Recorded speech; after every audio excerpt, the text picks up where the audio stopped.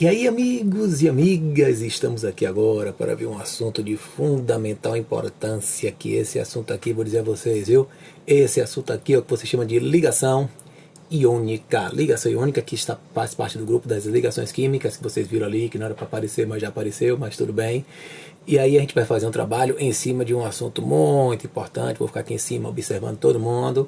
E aí é o seguinte, esse assunto é de fundamental importância porque ele é base para muita coisa que vai vir pela frente. E se você conseguir entender o procedimento das ligações químicas, você vai perceber o quanto elas conseguem explicar muitos assuntos de química. Então eu diria para vocês que esse é um dos assuntos mais importantes que nós temos. Mas aí nós temos o quê? Temos que trabalhar em cima das ligações e nós temos aí três, basicamente. Sendo que uma é a de hoje, é a chamada ligação iônica. E aí você diz, bom, ligação iônica está dentro das ligações químicas, perfeito. E o que seria a ligação química? Para que existe uma ligação química? Deixa eu aparecer meu desenho aqui de boa. Ligação química, na verdade, eu vou ter aqui a definição para vocês. A denominação que você dá a determinadas... Uma denominação que as forças recebem, geralmente de natureza elétrica, para manter essa união entre átomos.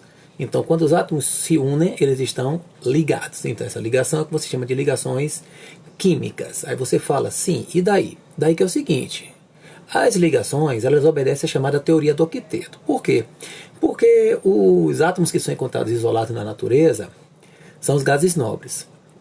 E os gases nobres, eles têm 8 elétrons na última camada, menos o hélio, que só tem 2. Então, a teoria do octeto, ela fala de uma certa estabilidade, que é o que você tem aqui, ó, que é justamente a tendência que os átomos têm de adquirir 8 elétrons na última camada, menos na camada K, que nós já vimos no diagrama de Pauli, que só tem 2 elétrons.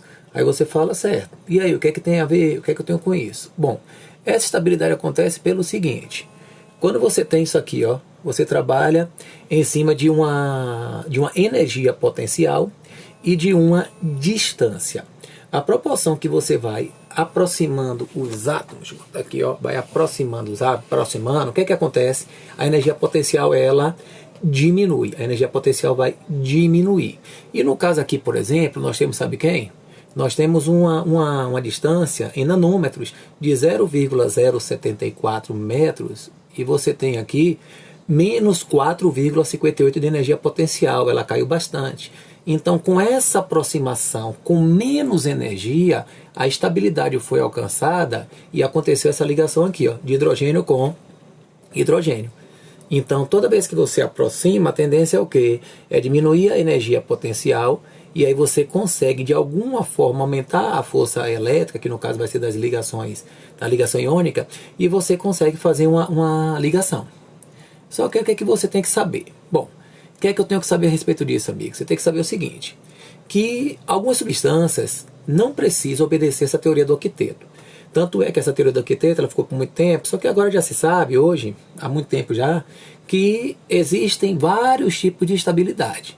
Sendo que você tem a chamada molécula ímpar, que isso tudo a gente vai ver no futuro, que é justamente quando você consegue estabilizar com o número ímpar de elétrons na última camada.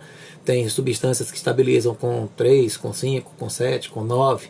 Isso aí tudo a gente vai ver no futuro, mas é só para você saber que essa teoria do octeto, ela não é universal. Na verdade não é para todo mundo, é para a grande maioria das substâncias.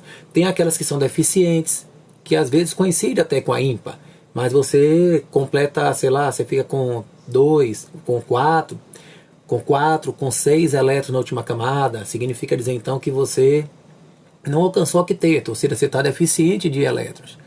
E tem também a expansão, que é você ficar com mais de 8 elétrons. Então significa dizer que a teoria do octeto é uma teoria que é válida, mas é válida para a grande maioria, e não apenas para todos os elementos, tá certo? Aí você tem aqui o seguinte, o que é que nós temos então que saber sobre ligação iônica? Primeiro que a ligação iônica tem 3 nomes, ela também é chamada de eletrovalente ou heteropolar. E essa ligação, na verdade, acontece o seguinte, a ligação iônica, ela acontece quando tem uma transferência de elétrons. Um átomo perde elétron para outro para alcançar a estabilidade. Na aula de hoje, que é o nosso começo, a gente vai trabalhar com 8 elétrons para a grande maioria. Então, o que é que nós temos aqui? Bom, para você tentar entender essa estabilidade, nós temos o seguinte. Nós temos o composto mais famoso para a ligação iônica. Nós temos aqui primeiro o sódio, que é o elemento, para depois formar o composto, que nós já fizemos aquela aula com várias distribuições. Como ele tem número atômico 11, ele tem a distribuição com K igual a 2, L igual a 8, M igual a 1. Você percebe que a última camada dele é a camada M, e que tem apenas um elétron. No caso do sódio, o que é que vai acontecer? Você vai perceber que ele tem a primeira camada dele, tem 2 elétrons, aí você tem a segunda camada dele, com 8 elétrons, e a terceira camada dele com apenas um elétron. Então aí você tem já mais ou menos uma noção do que seria o átomo. Primeira camada circular e as demais elípticas, de acordo com a teoria de Sommerfeld. Aí você tem agora o cloro, que tem 17 elétrons. Esse cloro tem a distribuição parecida. A diferença é que na última camada ele tem 7 elétrons. Como nós já vimos tabela periódica, então nós sabemos que essa última camada com 1 do sódio indica que ele pertence à família 1, ou 1A. E o cloro, que tem 7, é porque ele está na família 7A, que é a família 7, na verdade é a família 17. Então como é que seria o cloro, amigo? Eu vou sair daqui, vou vir para aqui para cima agora, e você vai ver o seguinte, ó, o que é que nós temos aqui? O cloro 17, ele tem uma camada circular, a primeira com 2 elétrons, ele tem a segunda camada com 8 elétrons, e a terceira camada dele vai ter 7 elétrons. Vocês percebem que ele não tem nenhum tipo de estabilidade aí ainda, porque nenhum dos dois está com 8 elétrons na última camada. Só que se você observar as dimensões do desenho, você percebe que o sódio tem um raio maior do que o cloro. Isso aí nós estudamos em tabela periódica também. Ambos têm 3 camadas, só que o sódio tem menos prótons, logo tem menos atração, o raio dele fica maior. Então o que isso quer dizer? Que vai chegar um momento que eles vão se aproximar, e esse elétron que está aí, ó, do sódio, ele vai para o cloro, ou seja, houve uma transferência. Por que essa transferência? Porque o sódio só tem um elétron na última camada. Quando ele perde esse um elétron, quando ele vai embora, ele tem tendência a ficar positivo, ele forma o íon positivo, ele formou o íon sódio, onde ficou com 8 elétrons na última camada. A última camada dele agora está com 8. E o sódio, que estava com 7 elétrons, eu vou passar para aqui agora.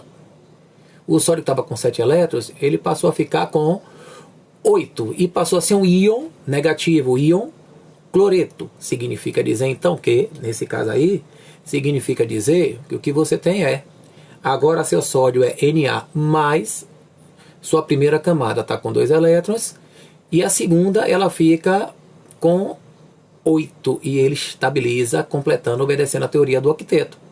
Perceba que o cloro vai ser a mesma coisa, vai ter 2, vai ter 8, e agora vai ter 8 também. Perceba que a camada do cloro, ela aumentou, o raio iônico dele aumentou em relação ao seu átomo original, porque quando ele ganha elétron, a tendência é de haver repulsão. E no caso do sódio que perdeu elétron, a tendência é de ter atração. Então o íon positivo ele vai diminuir o raio, e o íon negativo vai aumentar. Então significa dizer que, como eu estou falando de íon, significa dizer então que essa é uma ligação iônica, porque ela tem formação de íon. Um perde elétron, o outro ganha elétron. Você fala, amigo, então quer dizer que é assim que funciona? É, sódio com elétron na última, cloro com 7. Sódio raio grande, tendência de perder. Cloro raio pequeno, tendência de ganhar. Quando o sódio perde, passa a ter 8 na última. Quando o cloro ganha, passa a ter 8, todo mundo feliz, satisfeito, como formou íon positivo e íon negativo, ligação iônica, tá certo? Você fala, mas vai ser sempre assim? Bom, depende muito da maneira como você estuda. Por quê? Porque primeiro eu tenho uma curiosidade para lhe dizer. Com relação a esses raios, isso aí é uma coisa interessante, que você vê também na tabela periódica. Quando um átomo se transforma em um íon negativo, que é o ânion que eu falei, vai ter repulsão. Ou seja, o raio tende a aumentar dele em relação ao átomo neutro. Eu botei aqui algumas curiosidades. Ó o flúor, por exemplo. Perceba que o F ele é 71 de raio. E o F- passou a ser 119. E ele tem número atômico igual a 9. Tanto o F quanto o F- mantém a carga nuclear. O número de prótons é o mesmo. Mas você percebe que o raio ele aumenta bruscamente. A mesma coisa é quando você tem aqui o oxigênio. Ó. Quando ele é O, ele é 73. Quando ele vira O2-, ele quase dobra. Ele vai para 126. E a carga dele continua sendo 8. Sem problemas. Quando você tem um cloro, a mesma coisa. O cloro, o Cl é 99 e o cloreto é 67. Esses íons de metais todos têm a terminação eto, menos o oxigênio, e o número dele é 17, não muda. Aí você tem aqui ó, o enxofre, que é sulfeto, não chama de enxofreto, 102 vai para 170 e continua com a carga 16. O bromo, 114 e vai para 182. Você percebe que a proporção que você vai ter nessa carga, você vai vendo que vai ter uma diferença com relação ao valor do raio, e o bromo continua sendo 35. E o raciocínio é muito parecido quando você trabalha com íon positivo, que você trabalha com cátion, que é a perda de elétron. Você vai diminuir esse raio. Perceba aqui, por exemplo, o lítio, ó, o Li é 134. Quando ele vira Li+, ele passa a ser 90. Foi aquilo que a gente viu no sódio. Perdeu o elétron da última camada, a tendência é de diminuir. Veja que aqui você tem, ó, a carga permanece a mesma. A do lítio não é 9, a do lítio na verdade é 3. A do sódio não é 8, a do sódio é 11, ficou com o mesmo de cima. Então você vai anotando aí, ó. O lítio vale 3, o sódio vale 11. Você vai corrigindo aí, corrigindo. Aí você tem o magnésio que é 12, o magnésio vale 12. Aí você tem o potássio que é 19, potássio que é 19. E nosso último, que eu vou sair daqui para não ficar na sua frente, para você printar direitinho, que é o cálcio, que o cálcio vale 20, tá certo? Então era só curiosidade mesmo, não é nada demais, isso aí você não precisa decorar, por isso que eu nem me preocupei com esses números deles aí, tanto faz, só que é só para repetir para você ficar craque: lítio 3, sódio 11, magnésio 12, potássio 19 e cálcio 20. Você fala, e aí? Ainda tá 35 por causa do de cima, né? Porque ficou lá, mas tudo bem. Bom, o que importa na verdade é isso aqui, ó. Existem algumas regras práticas para você poder saber quando o composto é iônico ou não. Você não precisa ficar fazendo aquilo que eu fiz no começo, pegar os elementos, pegar as camadas, ver quem vai perder, ver quem vai ganhar, analisar o raio e tal. Isso é mais uma explicação para você não se perder. Mas para quem quer somente memorizar, a regra diz o seguinte, que uma ligação iônica, quando tem metal com metal ou metal com hidrogênio. Isso não é uma definição, isso é um macete. Se o cara lhe pergunta, quando é que a ligação é iônica? Quando tem metal com metal. Não, ela é iônica quando existe a transferência de elétrons, como nós falamos no começo, toda aquela explicação. Agora, para efeito de prova, seria assim, ó, se você tiver um composto, o cara botou lá, KBr, é composto iônico? É só você ir na tabela periódica, ou se você já souber, potássio metal, broma metal. Então é um composto iônico, metal com metal. Ca2, aí você tem que ir na tabela também, cálcio metal, ioda metal, é um composto iônico. BH2, bário metal, hidrogênio é o próprio hidrogênio, então também é iônico. A FeS, o ferro é metal e o enxofre é ametal. Todos são desse jeito. Na2O, Na metal, oxigênio ametal. SrN2, Sr estrôncio, é alcalino terroso, metal alcalino terroso, metal, e o nitrogênio é ametal. Então aqui você tem o estrôncio, que é metal, e ametal, estrôncio metal, e o nitrogênio é ametal. Aí você tem lítio com hidrogênio. Lítio é metal e o hidrogênio é ametal. Agora presta atenção no seguinte. Quando você trabalha com cloreto de amônio, aqui você tem que o cloreto é ametal. Agora, o amônio como um todo, ele tem caráter de metal. A explicação você vai ver lá na geometria das moléculas, tá certo? Mas aí você já pode memorizar, se você quiser, que o amônio tem caráter de metal, tá certo? Para você poder ficar craque, tranquilo. Bom, os compostos iônicos, eles têm as características. Quais são elas? Eu peguei essa figura aqui, lá da internet, que eu achei bem legal, achei bem bacana, muito massa. Aí você fala, como é que funciona isso aqui, amigo? Vou tirar esse negócio aqui que eu não sei o que é. Pronto, beleza. Bom, aqui é o seguinte, o que é que você tem? Os compostos iônicos, eles têm essa atração, porque eles são íons, atração positiva e negativa. Se os opostos se atraem, então se tem essa atração já natural deles, significa dizer que a tendência é de todos eles serem sólidos nas condições ambiente. Todos eles são sólidos a 25 graus Celsius e 1 atm. Todos, sem exceção. Todos eles têm elevada temperatura de fusão. Por quê? Por essa forte atração. Como a atração é muito forte, muito grande, significa dizer que para fundir, para mudar de estado, você precisa de muita energia. eles também, deixa eu botar aqui para me localizar, têm elevada temperatura de ebulição, mesma explicação da fusão. Na verdade, essas cargas positivas e negativas promovem essa forte atração, o que caracteriza ele ser sólido, ter elevada temperatura de fusão e de ebulição. Agora, são maiores condutores de calor e eletricidade quando estão sólidos. Por que isso? Porque quando eles são sólidos, significa dizer que não tem nenhum tipo de movimentação. E quem conduz eletricidade é quando você tem elétrons deslocalizados ou quando você tem íons se movimentando. Geralmente isso acontece quando você tem a solução aquosa. Solução aquosa, tá certo? Então quer dizer que um composto iônico, quais são as características dele? Como eles têm forte atração, significa dizer que são sólidos, difícil de fundir, difícil de ebulir. Não conduz eletricidade quando são sólidos, mas quando estão em solução aquosa, separa os íons, aí consegue fazer a devida condução, tá certo? E para fazer a fórmula desses compostos, como é que funciona quando a gente quer fazer as fórmulas desses compostos?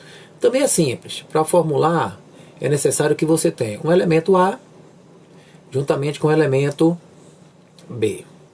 Um vai ter carga positiva, outro vai ter carga negativa. Essas cargas elas vão ser transferidas, é a transferência de elétrons. Então significa dizer que o elemento A ele vai ter o Y e o elemento B vai ter o X. As cargas vão virar índices dessas substâncias. Como é que seria isso, amigo? Seria mais ou menos assim, ó. Imagine que você tem aqui agora as cargas para você poder trabalhar. Aí depende das famílias. Como é que é isso? Cada família vai ter uma carga. Cada família vai ter uma carga de acordo com a teoria do octeto. E essa teoria do octeto, ela me diz o quê? Ela me diz o seguinte, que se for o elemento da família 1, que é o que o pessoal chama de 1A, ele vai perder o elétron que ele tem. Ele só tem um elétron na última camada, ele vai perder. Se ele for da família 2, ele vai perder 2 elétrons. Vai perder 2 elétrons. Se ele for da família 3, que é na verdade a família 13, que é a família 3A, ele vai perder 3 elétrons. Sendo da família 15, que é a 5A, aí ele já tem 5 na última camada. Para perder 5 já é complicado, então é mais fácil, esse aí já está no grupo dos ametais, ganhar 3. A mesma coisa na família 16, que aí ele faz o quê?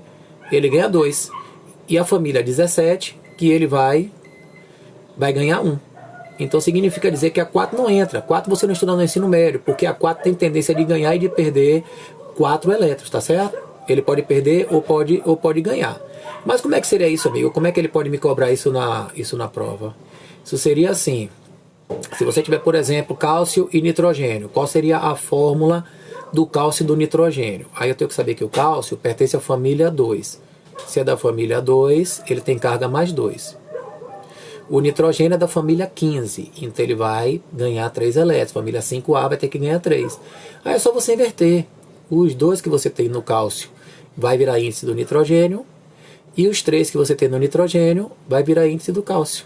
Então a fórmula que você quer é essa, Ca3N2. Então quando você tem cálcio e nitrogênio, o composto iônico é bem esse daí. Ah, amigo, todos são assim? Vamos ver mais aqui, ó. Se você tiver galho e oxigênio, aí tem que saber as famílias. Qual é a família do galho? O galho é a família 13, que é a 3A. Então a carga dele é mais 3. E o oxigênio? O oxigênio é 16, que é a 6A, a carga dele é menos 2. Aí você vai fazer justamente a transferência. 3 do galho vai para o oxigênio, 2 do oxigênio vai para o galho. Aí você percebe que sua fórmula é Ga2O3. Essa seria a fórmula do galho com oxigênio. Perceba que embaixo é sempre número positivo, porque embaixo é número de átomos. Não existe número de átomos negativo. Todos são assim.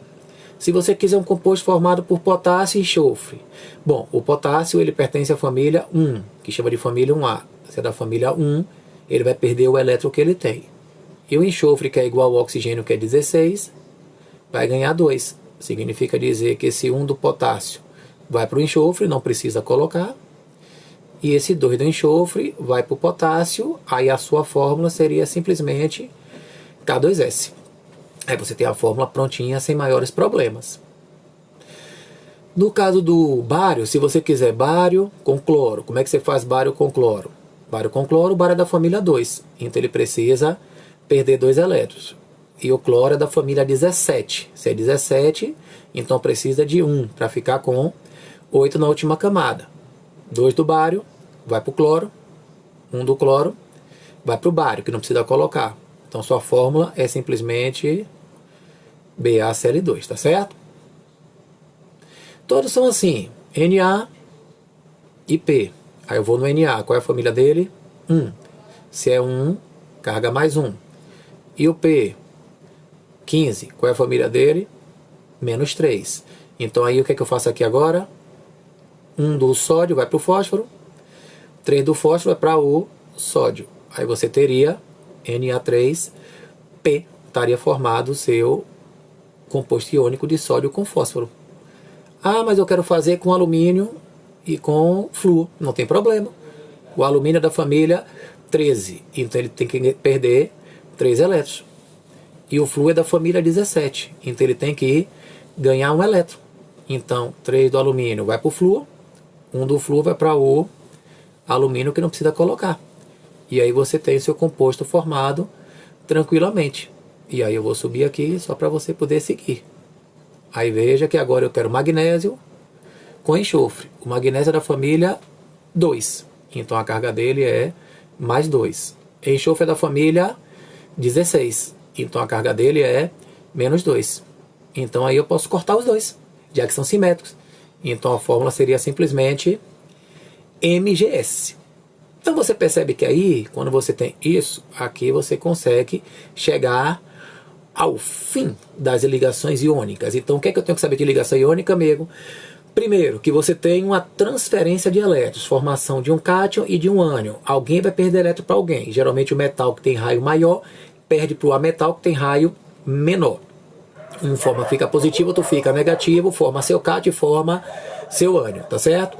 Bom, depois disso, cachorro gosta de latir, é bom, né? Dá uma cachorro também, todo mundo tem que se expressar, né? Liberdade de expressão, a gente não vai editar isso aqui não, porque eu acho que fica até legal quando a cachorrada late.